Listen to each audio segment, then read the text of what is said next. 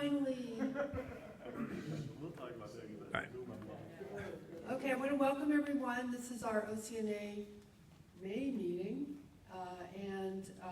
Those of you who get the green flyer, we did put on here that we take summer off, so we won't be meeting here in the general meetings June, July, and August, just so that you know. But we'll start up again in September with some really interesting updates and topics, hopefully. How many of you came because of the green flyer? Good. Also, our friends at Main Street wanted to make sure that we all knew that the parade is coming, and it is on June 28th, and the following streets will be sectioned off. You know which ones are typically affected, right? I can't read it because I don't have my glasses, but there's some flyers up there if you're concerned. Basically, if you're on either side of Coast Highway from Wisconsin, which we're on Wisconsin, down to Eucalyptus, you're going to be affected by them closing the streets at Ditmar and Tremont because they stage all the parade participants. So if you don't have that in your calendar, make sure you write it down. Otherwise, there's a flyer up there you can take with you. And we just want to make sure that no one gets surprised or dismayed because it's a wonderful thing that they do. And it really celebrates the good old-fashioned Independence Day. My name is Jane Marshall. I'm the current president of OCNA. And I'd like to introduce Lane Stewart. He's our treasurer. And Kurt Busk over there, he's our VP. And Kevin Ham is traveling right now, and he's one of our directors. We do have an open position for director. It's a part-time volunteer commitment to help your neighborhood be better.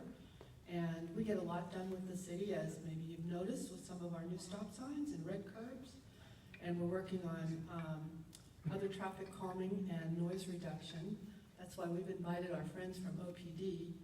And you know, how we can make our neighborhood better. And the more we all work towards it, the better and better it gets.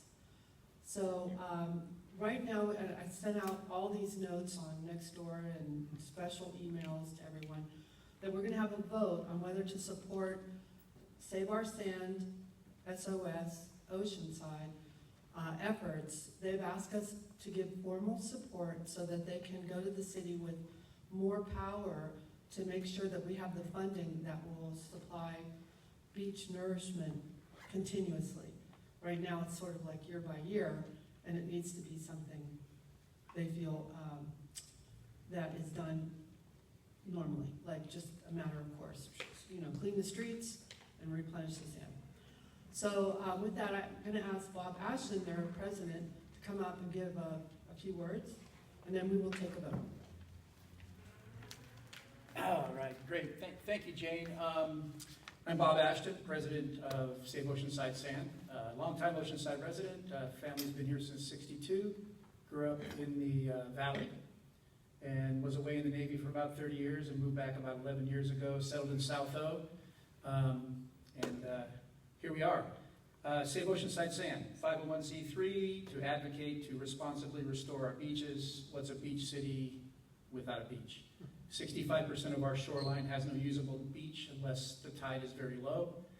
That creates a lot of issues. It doesn't allow us to protect our public and private infrastructure. It negatively impacts our quality of life. And more importantly, it also impacts the return on investment of having a beach. So we've been in existence about 6 years. The city's hired a coastal zone administrator, Jamie Timberlake. She came and spoke, I think, here, if you were here, heard about the projects that the city's doing. And we're really stoked to have her. We caused that to happen. We caused the city to create a project. That's the pilot project, which Jamie talked to you about. And those projects are great. There's also a regional beach sand project, which is going to happen at some point. It's in the planning stages. The regional beach sand project and Re-Beach total about $81 million to implement. And the city's cost share is about $22.7 million. But what we found out in this year's budget planning and workshop is the city is not adequately allocating money for for either of those projects to happen on time, or probably not at all, the way that they're budgeting. So right now, our projections are, if it was a lower cost share, they could implement these projects in 8 years. If it's the actual cost share that the state will probably cause, it'll be 13 years. Both of these projects are due to implement in 3 to 4 years. So we'll still be without a beach if they budget at the current level. So we put our heads together, we contacted a lot of other local organizations, Save South Oceanside, your organization, Main Street Oceanside, the Chamber of Commerce, Visit Oceanside, the local surf clubs. We contacted USA Surfing and others, and we're going to form a coalition, and periodically we're going to go to the city with one voice, not just SOS's voice, but with one voice to say, this is important for the community. And so that's what we're asking to do, asking your group to join us as one voice periodically to engage the city and say, put the beach back for the community. Thank you, Bob. Okay, so just to reiterate what this vote is all about, how many members are here? Okay, good. If you're not a member, see Lane right there, or Kurt, and you can become a member. It's very important because we have been gaining more and more credibility and clout with the city, so your voice and vote actually make a difference. Okay, so of the members, we're going to take a vote, and the vote would be on whether to support SOS, Save Our Sand Oceanside's efforts to get continuous funding for our beaches. All in favor? Say aye. Aye. Any opposed? Okay, Carolyn. And no other votes? Okay, so the motion carried, and so therefore we'll support the SOS. And I will write you a formal email with that, okay? Thank you, Bob. Thank you. All right. With that, now we're going to go to the lovely Jill Moya, who's our Director of Finance. Aren't we lucky to have her? She's going to explain to us a little bit about the recent budget and some of the things, the highlights of it. Now, Lane, is our techno-whiz, and he's tried diligently for too long to try to get the presentation up and running. So I hope that you can work with us in our technical difficulties, Jill. And I'm sure she'll save a few minutes for any questions you might have. So with that, Jill, welcome. All right. Well, thank you for having me tonight. You're good. Yeah, I'm Jill Moya, Financial Services Director for the City of Oceanside. I actually do have some printouts of the presentation. I have about 15, so if we could share, that might help you follow along. I'll do that and talk. Okay, perfect. Thank you.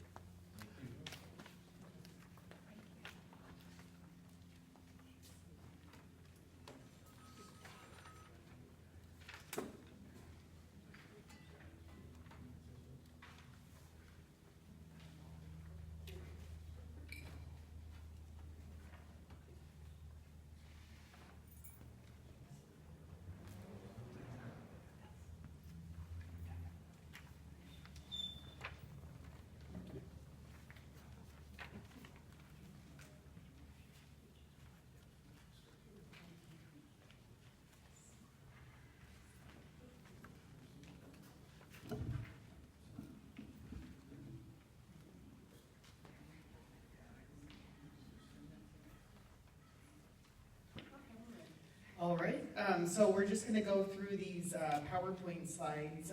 So I'm here tonight to talk about the proposed budget for next year for the general fund and for Measure X. So we'll start out with the general fund. So our projected revenues for next year for the general fund are $230.9 million. That would encompass property tax, TOT, transient occupancy tax, sales tax. Those are kind of three of the largest revenue streams that go into the general fund. Proposed expenditures for next year. This is just if everything was status quo, if we weren't to add anything new. We're projecting that to be $227.65 million, which leaves us with a surplus of $3.28 million. And so next year we're proposing $1.93 million of ongoing additions to the general fund, and we'll go over what those are in a minute, as well as $2.03 million of one-time additions to the general fund. So next page. I'm not going to talk about every single item listed here. If you have questions, you can ask, but I'll go over kind of the larger items that are on this list. We're recommending that we add $100,000 to help support our coastal zone administrator, since that is a newer position. She doesn't have like an M&O budget for materials, training, things like that. So it would be $50,000 going to fund her program, as well as $50,000 to go to the homeless services manager. That's also a newer position. It was approved last year. So that's to help her build up her program as well. We're also recommending $200,000 to help support the CAP, the Climate Action Plan. That was also a new position that was added last year. We have somebody now in that position. He's developing his program. He's ready to start funding some of the initiatives that are being recommended. So that would be things like habitat baseline surveys. We don't have recently we haven't done a survey of all of the land that the city holds that's identified as habitat, and so just things like that, getting all of our records updated so we can start implementing this climate action plan. We're also recommending the addition of one fire battalion chief. Right now we only have one battalion, and they have a lot of stations under their span of control, so the recommendation from our fire chief is to separate it out into 2 battalions. So this is our step to make that happen. As well as some M&O budget for the emergency management program. That was a new position that was added last year as well. It's been very helpful to have that person help us with our natural disasters, submit claims for reimbursement to the federal government and the state government. Things like, she helped during the Pier fire, and so that program has been very beneficial to the city. We're also recommending $50,000 to go towards books and materials for the library, and the addition of a recreation supervisor for the senior services. So that way they can focus on more senior programming, things like that, look for funding, like grant funding for those type of activities as well. As well as about almost $150,000 to help supplement special events. The police department also had some increased costs with their body-worn camera contracts and their license plate recognition technology in their fleet. So we're recommending that we fund those increased costs, as well as $100,000 for additional flock cameras, which will be put out at the parks because we've been having recently some problems with vandalism and crime at the parks. And then for Public Works, funding an administrative secretary position, as well as an urban forestry city arborist position. So next page then goes over the one-time costs that we're recommending. For development services, we're recommending about net $200,000 for as-needed permit technician services. For the fire department, it's a one-time cost because we need to buy that vehicle for the recommended addition of the fire battalion chief. Neighborhood services, I think I skipped over that in the last one. So there has been some reduction in federal funding. Our housing department historically was funded with all federal funds, Section 8, CDBG, home funds. There's been a drastic reduction in administrative budgets for those programs, and so we can't fund all of our positions anymore with that funding source. So we need to start to use general fund to supplement some of those programs. They've also taken on a lot of additional work outside of CDBG, Section 8, and home. So, all of their efforts to help, try to rehome the homeless, things like that. All of that is not covered under those programs, so that needs to be then funded by the general fund. Parks and Recreation, we're recommending $131,000 for a youth scholarship program for lower income families in Oceanside, and $100,000 for some work that needs to be done at the pool, so filter and chemical feed replacements. The police department, we're recommending $200,000 for fast e-vehicle charging stations. We have about 6 EVs now in the police fleet, and we don't have any of the fast chargers, but the chargers at the police headquarters take a couple hours, I think, to charge up, so that doesn't work very well, if you're in public safety, so we're recommending the addition of that, and then about $400,000 for the overtime to staff the drone as first responder and real-time crime center pilot program. So that's a pilot program. We're not recommending adding any personnel for that program. It will just be overtime so we would fund it through overtime, and then at the end of the year evaluate how the program's going, what the needs are, and then kind of go from there. That's why it's a one-time cost. And then Public Works, we're recommending the addition of $93,000 to help with the ongoing vandalism that we've been seeing at the parks, as well as about $170,000 for repairs at the Oceanside Transit Center, things like elevator repairs and alarms.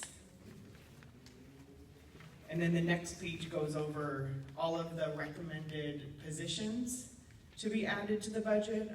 It separates it out between general fund and non-general fund. We've talked about most of these already, so there's in the general fund we have the fire battalion chief, the recreation supervisor, that will focus on senior services, the administrative secretary, and the city arborist for public works.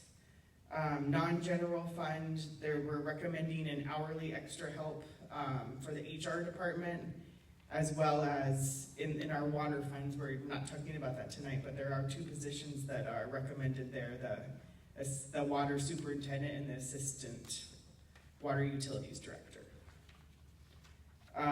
I was going to move on to Measure X, but maybe I'll pause here and see if there's any questions.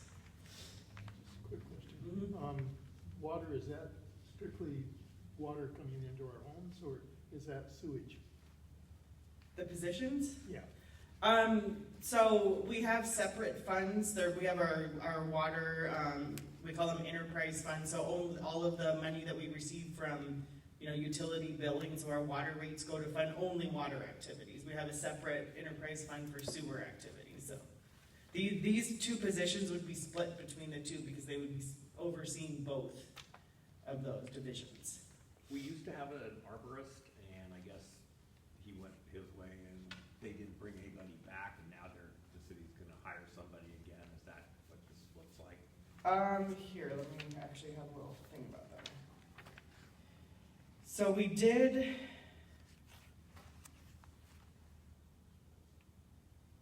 had somebody that was uniquely qualified. They were the parks and beach maintenance supervisor, but also they were licensed arborists. That is very unusual to find somebody that has both of those qualifications. So we did try to recruit for that. We did not find that. We are, a growing city with our CAP plan. We're talking about planting even more trees. So the need for adding that position, I think, we determined that yes, there was a need, and then we recommended Because that we addition. looked at the tree matrix and tree succession programs with the former arborist, 20 years ago to try to map out things because, trees make the neighborhood safer and it affects the climate action plan. Mm-hmm. And part of it, he had said that the reason they disbanded some of it was because of the California regulations that every time they started a chainsaw or something, the paperwork was insane for the carb people. And that's kind of why they started outsourcing, and maybe that was part of his position. So in this case, when they hire a new arborist, do you know what his function is, or that's beyond the scope of what you're dealing with? I'm not an expert Okay. in No, city that's fine. arborist activities, but I do think that we do outsource a lot of that work. And what this person will be doing would be overseeing that plan, making sure that the contractors are working according to, you know, what they need to be doing there. You know, trimming the trees as they should, depending on the species, and, yeah. Okay, thank you. All right, well, I'll move on to Measure X then. Okay, so for Measure X, next year's spending plan is, we have budgeted, or the proposed budget has $11.9 million for improved public safety services, including addressing homelessness, $4 million for street and road repairs and improvements, and $1.5 million for beaches, beachfront, piers, and parks. So that gives us a total spending plan of $17.4 million. The next slide, it lists out all of our ongoing programs. So there are things like addressing homelessness, public safety, the CIP projects like the Pier Bridge, traffic calming, roads repairs and maintenance, all of that. Those have been ongoing programs within Measure X. The next page goes over the new programs or projects. So we're recommending the addition of a Teens Work program funded by Measure X for $45,000. That's a paid internship program. It was funded by a grant before. The library is the department that administers the program. It's been very successful. It provides work opportunities and experience for youth here in the city. So that's recommended to be added. Then we're recommending adding $1.25 million for navigation center operations. Right now we have the San Diego Rescue Mission operating our new homeless shelter. And we were directed by council to go out for an RFP, see what other type of operators are out there, and then come back with a recommendation who the city manager recommends operates that facility. We're still in the process of that, so this is just a kind of a placeholder. It could be a lot less. We really don't know. We're going to evaluate the proposals and then see. If it is less, we'll then reprogram that going forward. The fire hand crew program, we're recommending, this is a pilot program, so it'd be $300,000 just for next year.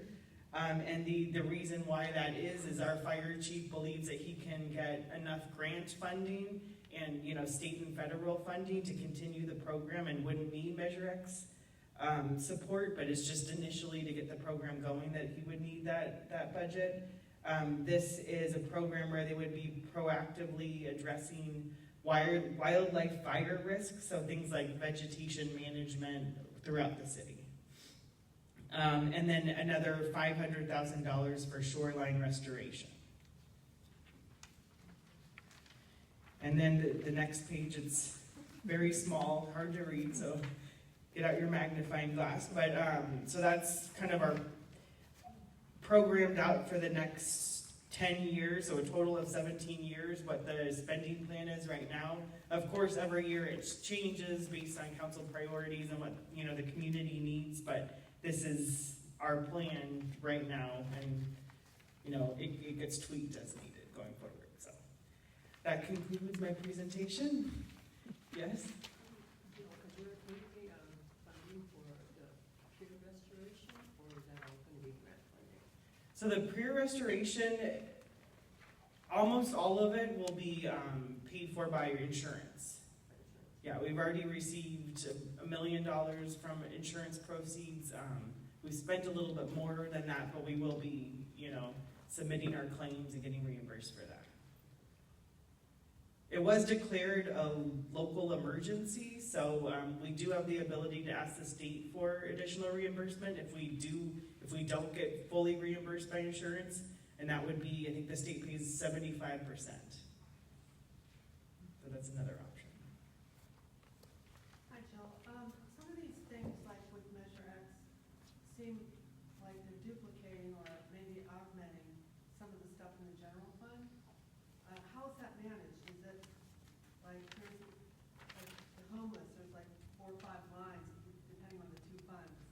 Mhm. And it's like, well, how's that managed so that, like, what's the grand total for that? I don't know offhand what the grand total is, but I could say that all of these programs in Measure X are everybody knows that if Measure X were to go away, the programs would go away. And anybody that is hired with Measure X funding, it's a provisional position, and it's known when that person's hired that it's dependent on this funding.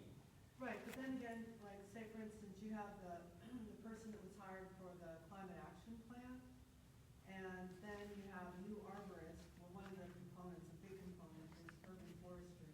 Mhm. So like, how does that work? Both of those positions are funded by the general fund, not Measure X. Yeah. And then the beach restoration, I mean, you said, I didn't see it on the page, but you said something about 1.5 million for beach something. Oh, that included the Park. pier bridge as well. So that was for like Oh, coastal pier- erosion as well as pier bridge. The Pier View Bridge? No, the bridge that they're gonna replace to get you from Pacific Oh, to the the. barn Right. bridge, Yeah. Okay, that doesn't seem like a lot. That's just for next year, but if you look at the spending plan, Yeah. and I can send you the Excel spreadsheet if you'd like, so, okay, because this is hard to read, but you can see for the pier bridge, there's multiple years where funding has been allocated, so we're kind of building up funds for that project. Okay. Yeah, so it's just like, it seems like there's some that are so close that why aren't they put together? And yet, I know that some may fall under different departments, but I guess that would be my main question, to make sure that there wasn't excess spent if there's, you know, some kind of. Yeah, they're just different funding sources. It doesn't mean that they're not, I guess, managed by the same department or person. Yeah, so like our coastal administrator is the one that, she has grants and multiple different funding sources that she manages it, and it's all part of her same program. Yeah. The half-cent sales tax that's mentioned here, is there an expiration date on that, or is that ongoing? There's an expiration date. It first passed for 7 years, and then in the last election, it passed for another 10. Okay. So far, a total of 17. That's great, doesn't look like there's any more questions, but I'm sure there will be. And I know Michael told me about the graduation, and he's always been very helpful, you know, to help us, because we were a big supporter of Measure X. We just want to make sure it's, you know, appropriated to the things that are important to us, as well as the rest of the community. So- Right. But let's give Jill a No, hand. thank you. Thanks for having me. Okay, Okay, sure. Posted on our website. Yes, I will do that. Well, thank you for taking time out of your evening. No problem. Thanks, everybody. Okay, so with that, we have now the officers, the OPD officers, Clark and Rubish. And they're gonna talk to us about traffic calming and also maybe noise, help with noise on Coast Highway. How we can set up a sting. Hello, This is Officer Clark and Officer Rubish. how are y'all doing? Good. Doing well. Do you guys have any questions specifically? Yeah. Yeah, who do you contact if you would like these Sorry, lights to I be? can't really. How should we contact someone to get particular curbs made red because there's no visibility? So that would be Tila Cotter, who works for the city. Traffic engineering. She does all the traffic engineering, yeah. Okay, thank you. I never see anyone getting any tickets on Coast Highway anymore, the traffic is out of control. Why is that? I don't know, because I do know that people are pulled over on Coast Highway quite a bit, because it does happen throughout the days, because I see it pop up. But I do know that there is coming up something for traffic enforcement and loud exhaust. I can't say the date, obviously, because we don't want to, Surprise, yeah, yeah, surprise. put the date out there. But, You had that last week ago Thursday, you had yeah, so a countywide. week ago, Thursday, we did have a countywide enforcement all throughout the city of Oceanside. And between 7 a.m. and 11 a.m., there were 336 sites given out. Is this cars? Exhaust? It could be, are you talking about for our last week? Yeah, so bikes, pedestrians, e-bikes, motorcycles, cars, anything. And that was in conjunction with other agencies? Yeah, it was all of San Diego County. How come, well, what about when it's just OPD? I never seen. Yeah, so just OPD, we did one the week before that also. Okay. Yeah, so that you was get back just, on it. yeah, that was just OPD alone. So it gets difficult because primarily we have, our traffic enforcement is with our motor officers. Right. That's kind of the big joke. If you get pulled over by an actual patrol vehicle, there's a good chance you can get off with a warrant. If it's a motorcycle, you're gonna be cited for anything wrong with your vehicle maximum, because that is their only job within the city. They don't respond to radio calls. They're just there for traffic enforcement. They should be a team of 8. I think right now we currently have 4 or 5, and that's for the entire city. So they'll choose to focus, and I know you use the term sting.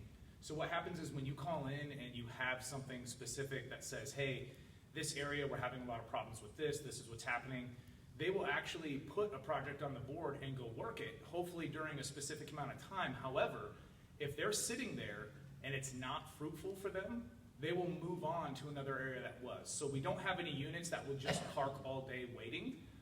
If 20 minutes goes by and they haven't written a site, they will move somewhere else in the city. So to because if it's as bad as what people are saying, then it should be fruitful beyond 20 minutes constantly writing those citations. And the motorcycles are best for it because they can hide. I just never see anyone out there. I never see it. Yeah, they just have usually one traffic officer will be at a particular part, usually early in the morning. They'll get the 76 of all the speeders coming into the city.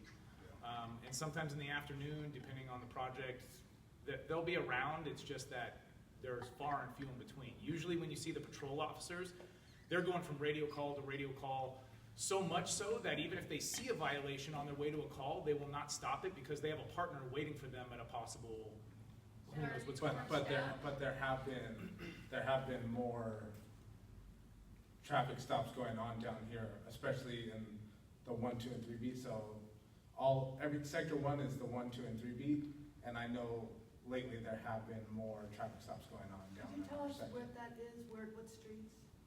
So yeah, so sector 1 is from Camp Pendleton down to Carlsbad, west of the 5. Okay. So that all Yeah. of downtown Oceanside, all the way to Southville. Are the police still short-staffed?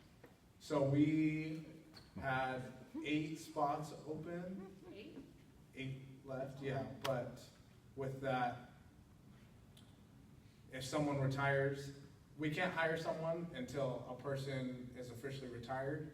Then once we fill that position, 6 months in the academy, then another 6 months of them in the field with a training officer, and then they're on their own. And then hopefully, because it's always patrol that has to be filled first because they are the backbone of the agency. And because we've been so short, the specialty units like motors, traffic officers that have those specific details have been on a skeleton crew. There's been spots open for years that they haven't been able to fill. And they recognize that the lack of those citations is almost the same percentage as collisions that have gone up. So, It makes sense. so excuse me. Hopefully, as patrol fills up, then we'll have a bigger need. We'll have the availability to have those officers apply for the specialty units and bolster them back up. So it's just been kind of this pendulum of balance.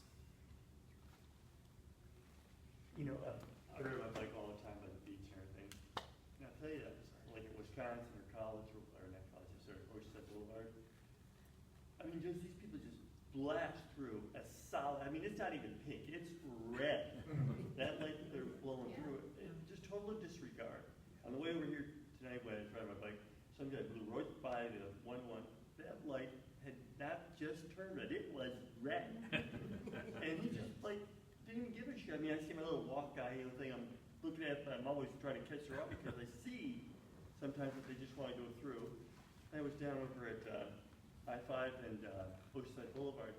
This guy goes screaming past me. The light is red, the turn light into the trailer park, and he just blew right by it. There's like no respect for that. So my question is, I know we used to have red light cameras in Oceanside. Is that I don't know, was that outlawed or So something? now when you see a camera, they don't use them for enforcement anywhere in California right now. They were running into too many discrepancies where somebody was being fined. They couldn't prove who the driver was, even though, because they'll just send it to whoever the vehicle's registered to. And then if somebody doesn't come forward and say, they were just like, I wasn't me driving it, I don't know who was driving it, the court can't prove it. And it has to be beyond a doubt that it's the person. People be driving through cameras with their, hand over their face. So now any cameras that we have are just live feed of, what's happening, or if there is a collision, we can look back at that, but they can't be held for enforcement. It's kind of like if you see the people that are driving reckless, or they drive through the stop sign. Oftentimes we'll get the plate, we can do that. We can't enforce, though, a traffic violation that somebody else saw. We can always stop the person and just be like, hey, there's calls coming through that you're driving erratic. We just want to see, have you had anything to drink? We're checking other things. But for those kind of violations, a police officer has to witness it. I still urge people to call in, though, because if you have somebody that's driving like a jerk, we still try to get out there and pull them over, and just to make it, it's a good notice, too, that says, hey, people are calling on you. Yeah, And if you guys- always like, people these are like nice cars with you, assuming responsible people, but it's just like, where are you rushing to? You're not gonna get there any faster. And if you guys have problem streets or areas, if you guys Yes. wanna send them to somebody that's, Me. yeah, Send to me. and then she can email me a list of places, cause I like to go out and do traffic enforcement. I'm actually hoping to go and get, speed certified with the LiDAR next month, so then I'll be able to enforce First speed. highway in Wisconsin. But yeah, so if you guys have Well, places, send them we'll to. give you- Yeah, so for We'll give instance, you. this intersection here, a lot of running red lights. Same with, Michigan, right by LTA, and then by Seagate. And there are, the chalked up motorcycles and cars that they go down to see how many car alarms around LTH that they can light up. Yes, yes. So if someone just sat in like the smog or LTH thing, you would see them all a lot, I mean, I'll measure certain times. Because who told me about Wisconsin, because I'm not down here. And the times are very important, Yeah, actually, if so there's specific A times. few of us, let's get together and really document the times so that they're not wasting their time either, okay? A lot of times, like after the Sunset Market, we'd get out at Thursday, so 9:30, they're like, And I have a neighbor who has a chalk motorcycle and a local Oceanside place, he was just gonna get a regular one. And they go, oh no, man, you gotta have it this way with all that loud noise, right? So anytime he uses the gas, just because whatever they do to the exhaust or whatever. straight right? pipes. And So can I can't add? they like, hey, you're not allowed to do this chopper shop anymore, we're gonna enforce our ordinance?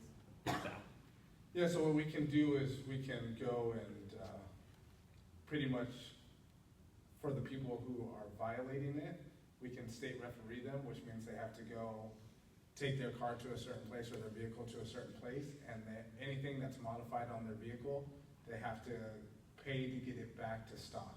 Okay, And until they do that, then they can't have their vehicle. all right. So, I mean, a Okay, few of so- those would go a long way. It's the kind of thing where it's like, nothing can prevent them from doing something to the bike. Yeah, It's more of just if they're driving it. It's like in the state of California, you are not allowed to have any level of tint on your front windshield or side windshield. Like, even if it came from the factory that way, it's still illegal and you can get a ticket. yeah. Any level, but almost everybody has it. It's just you cannot have it at all, and that can actually be like a probable cause for a stop a lot of times.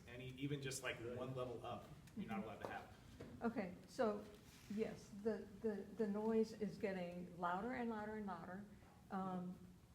And right about the motorcycles. It's very hard to just sit at a restaurant and eat a meal without your ears being blasted off. And basically, I know that the city has a noise ordinance, and it's a certain decibel. I don't know if it's 150 or so. I looked it up at one point. And I actually sent, this was years ago, about 3 years ago, I sent a notice to the mayor's office complaining about this. And I noticed that in Carlsbad, what they do is on Carlsbad Boulevard, they have an electronic sign, and it says specifically, I think at the entrance of Carlsbad, when you near the lagoon, when you're entering in, and also near that park, which is close to Cannon. They had 2 signs, and it basically said that no loud exhausts were permitted.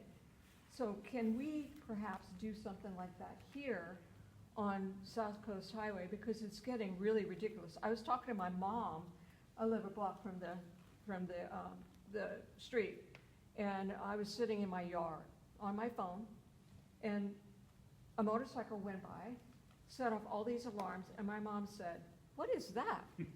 And I said, "Oh, that's just a motorcycle going through the neighborhood, setting off all the car alarms."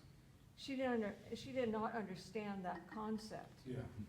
So we wouldn't be able to put up the signs, but you guys can talk to traffic engineering, see if they're able to, or go to city council and talk to them. I let took them a know you're- photo of the signs and submitted that Yeah. at the time, 2 to 3 years ago, and I got crickets. Well, just if I can add a comment. OCNA has been working really well with Public Works, which is traffic management and stuff. So, this is part of what we wanted to do. We've been doing red curbs. So Teresa. Traffic calming. Was she still here? Yeah. Yeah. See me Yeah, about that that. And then, Our next Yeah, meeting we with will- them, we'll talk to them. we'll work with either city council or traffic, public works to Keep that. get that. But in the meantime, it would be great if we could set up something at these intersections, and I'll get your card again and make sure that I give you, the timing that, Yeah, if you can give me timing and then, also just different streets, all in Yeah. the email. yeah, And then, all there. I'll give it all to you. yeah, and then another thing you can do, you can always go online to Well, Oceanside PD and go to the traffic section, and you can always, Complain. not complain, but put in, Request? comments and requests and concerns, yeah. Well, Because the traffic enforcement, their sergeants, they read that, and so they'll know. in a different couple of areas. days, we're gonna go to the official start of summer, and Yeah. the noise is gonna be out of this world. Yeah. Because every night, there's a reason, there's no specific reason why, you have to have fireworks all throughout summer, but just the other night, like, very close to me, Yeah, fireworks went on. I mean, scares my dog. yeah, My dog is petrified. So, what I'm saying is you guys usually put a sign, or the city does, about the noise created by fireworks. I notice it usually happens around July 4th, but honestly, I think this is a year-round problem. It's getting worse. yeah. It's Especially very- around the holidays. So if you guys do hear Holidays. fireworks, you can always call in. Yeah. That's another it's- thing, unless we see it, there's. I know, Yeah. by the time you arrive, Yeah. they're gone. And, it's even so bad that some people decide that, they come back from partying at 2 in the morning, and they're rolling down the street, they park right in front of your house, they fall asleep in the car with their music blasting. Yeah, so things like that, call, so if you And call, calling is non-emergency probably best number? because it registers in the computer. yeah, so anytime that you call, there's an incident report created, or an incident number that's created, and officers are gonna go out, they can type notes, dispatch is gonna ask you if you want officer contact, prior or after the call, you can say yes or no. If you say no, you're not gonna really know what happens. If you say yes, then there'll be a follow-up with you. Okay. It's just been ongoing. It's Yeah. just a comment. I live on the corner of Wisconsin and Ditmar, and last week, there was an officer sitting in the alleyway, basically ticketing, and I want to commend the department for doing that, because it really slowed down the traffic, and a lot of people now stop at the stop sign Yeah. instead of blowing through it. I don't know what it is. I don't know if they're on the internet or how they're communicating, but it really changed the whole atmosphere in Wisconsin. Yeah, What day was that, do you know? I think it was Thursday. I think it was the day that you so guys. the countywide day, Yeah. yeah. But I'll tell you, it Is that here? really Yeah, had an that's effect. the thing, it's like if we could just get one kind of Ditmar, statement, Wisconsin. like on a weekend, it would just send the word out that, Oceanside's not putting up with this. Yeah. And I will work really hard with the community and then get that information to you, so that, we're not wasting anybody's time, we're really targeting the bad actors, because it's getting worse, it's getting Yeah. worse.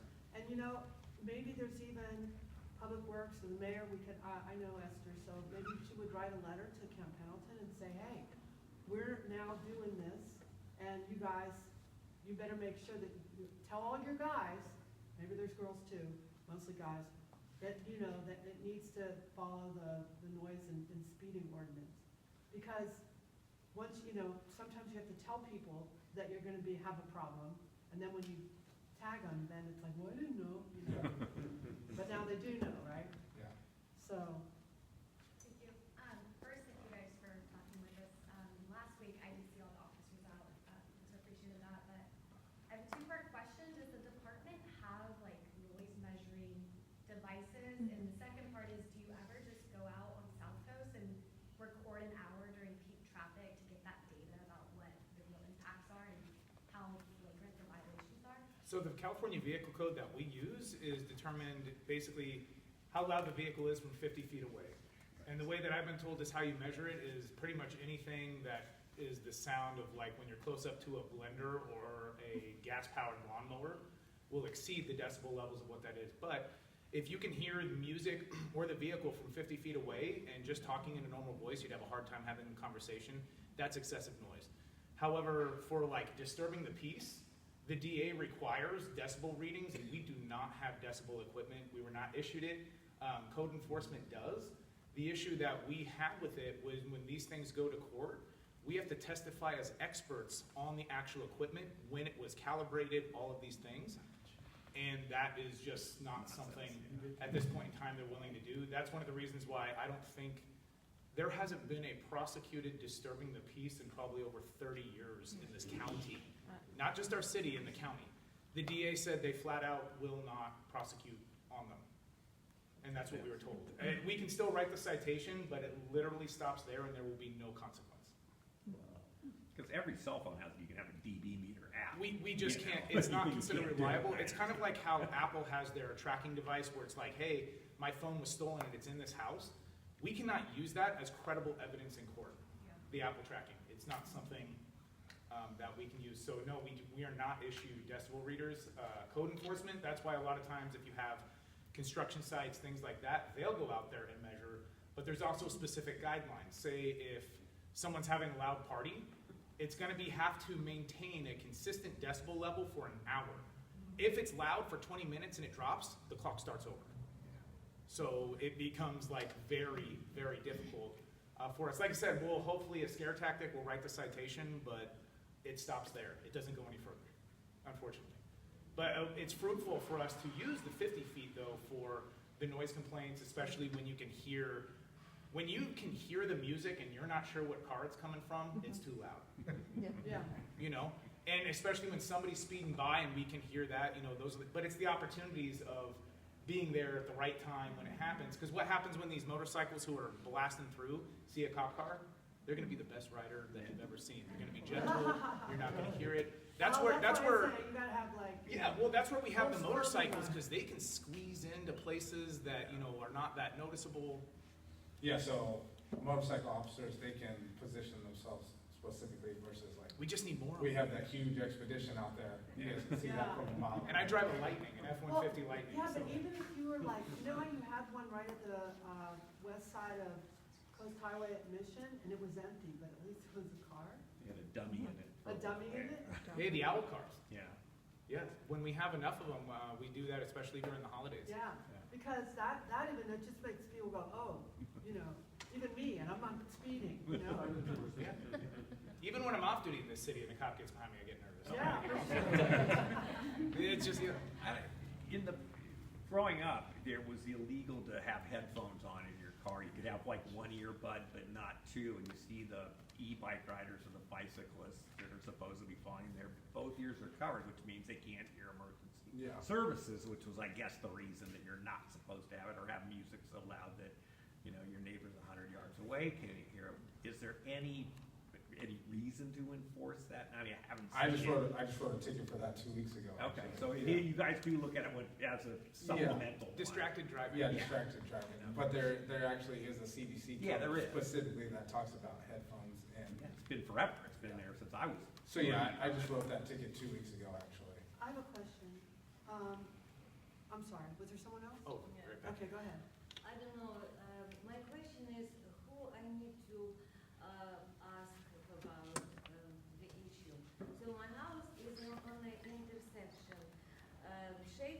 eucalyptus. Eucalyptus on just next to my house, going very deep down, it's a dead line, it's a private road. So there is a sign, like very delicate sign, not through, like white color, some problem. And people just totally disregard drivers, they don't see the sign. What's the sign say? They go, huh? What's the sign say? Like not through, not going. Not a through Not street? a Oh, through okay. street, Dead end. something.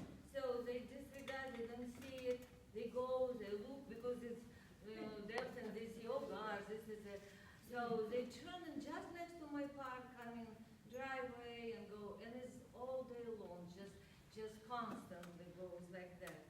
And at night one happens, there's somebody probably drunk, dark, he drew, so he flew just totally down, and it was just nightmare, so several times. And they put a tiny, something light at night, tiny light over there.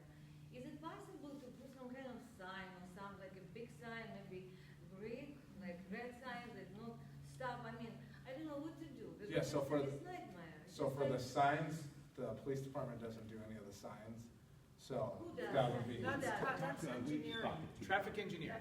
Traffic engineer, because this is very, it's Dangerous, dangerous for people to drive in, for people who, and me to, to see the traffic is just nightmare. Yeah. So I'm taking note of all these issues, Uh-huh. so I'll follow up with you Please, guys, yeah, because we're gonna be please. meeting with the city on We this. meet with them. It will be very Yeah. helpful. Thank you. Real quick question. Do fines go up in school zones? So if somebody gets caught speeding up Wisconsin? When school I'm not sure about in school zones, but when children are present, there's something for that.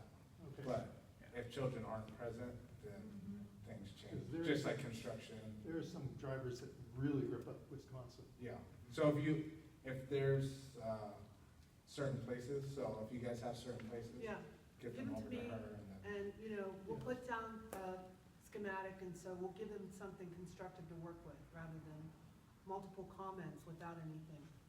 I was concerned about some e-bikes, and there's some other electronic, things that are going, like skateboards and stuff, they're all, and they, wear head things, and they Headphones. just go through, Mhm. and we're lucky that we worked with traffic management to get, stop signs on Freeman in Michigan, and, because they blow right through it. And what's really scary is that, now they're stopping on Freeman, and these are kids. Yeah, These are kids, so what is the recourse for that? I mean, besides the- having an accident? so there are, bike and pedestrian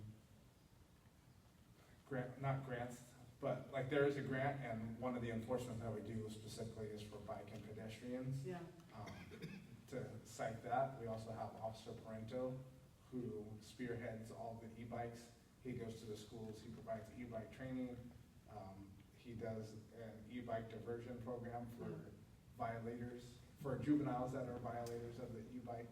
So we do have stuff set up for e-bikes and juveniles so that they can learn, and there's enforcement done as so well. they have that, Mhm. but as more and more people are getting into all these electric, last mile devices, right?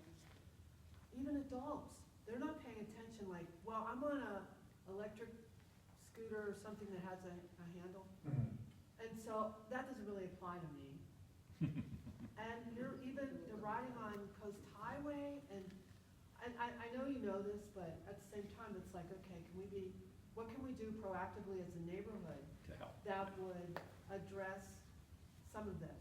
Yeah, so if you guys want to compile a list, you can send that also, because if you go onto Oceanside's website, Yeah, you can go to the traffic section, and then you can leave comments, concerns, things like that. well, we'll talk to So- Hamid and, Tila, Okay, yeah. We'll talk to them first, and then we'll do what formal stuff we need to do. And I don't know if it makes any difference, but Carlsbad has slowed down. In their neighborhood, they put signs Yeah, in their front yards. oh, yeah. Carlsbad slowed down, so maybe something you could try. Well, they had a big push when they had a couple of the e-bike deaths up off of Elm Street or Carpet Village Drive, whatever they call it now. And, so they two more questions. Just quickly, what is the I guess, the thoughts on these golf carts? You're seeing them more and more and more. Is that included?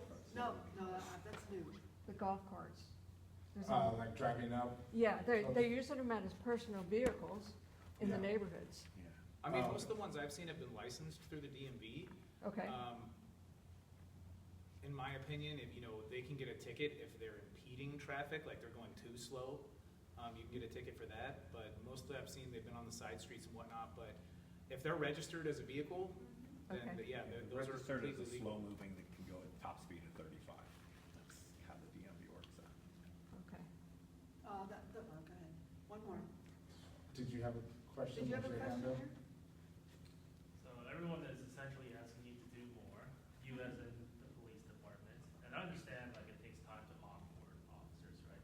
Is the real problem you don't have the budget to have the adequate force to do all these things that you'd like to do, or everyone else wants to do? Well, it's funny you bring that up. So if you look, the city has 10 beats, and there's one beat, one officer per beat. So from all the way to Camp Pendleton to Carlsbad, there's 3 patrol officers that work that area. We have 4 to 5 motor officers for the entirety of the city. So the amount of police officers that we have right now, which is slated around 220, is the same amount since the 80s in the city. Now, the population has significantly grown. We can see the development everywhere. So we actually get building plans for the city before they start building. And I can tell you now, the city has plans to build on every square inch that you can see. Even on areas that you wouldn't think they could build something, like I'm shocked by it. So with the population going up so high, you do risk things like slower response time, because now you have, the bigger the population, the more calls that are gonna be coming in. So that's certainly a factor. Because if you look at what the traffic was in 1980 versus now, it's probably extreme. But we have the exact same amount of officers from then.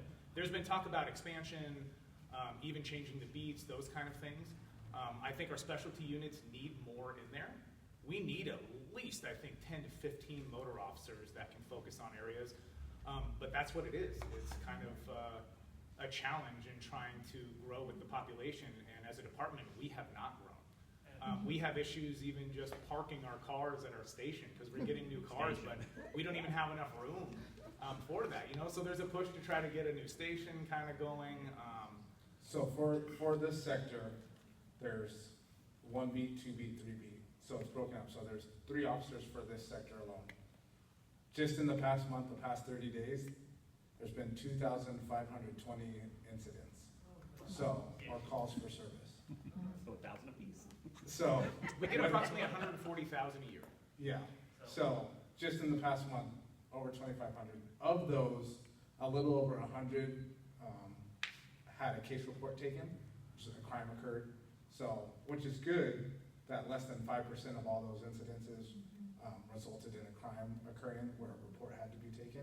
But that just shows you, with 3 officers, And your over force- 2,500 different incidents were generated. But you're right, there is a huge shift. So years ago, when I came on, you had the complaints that came up were about crime.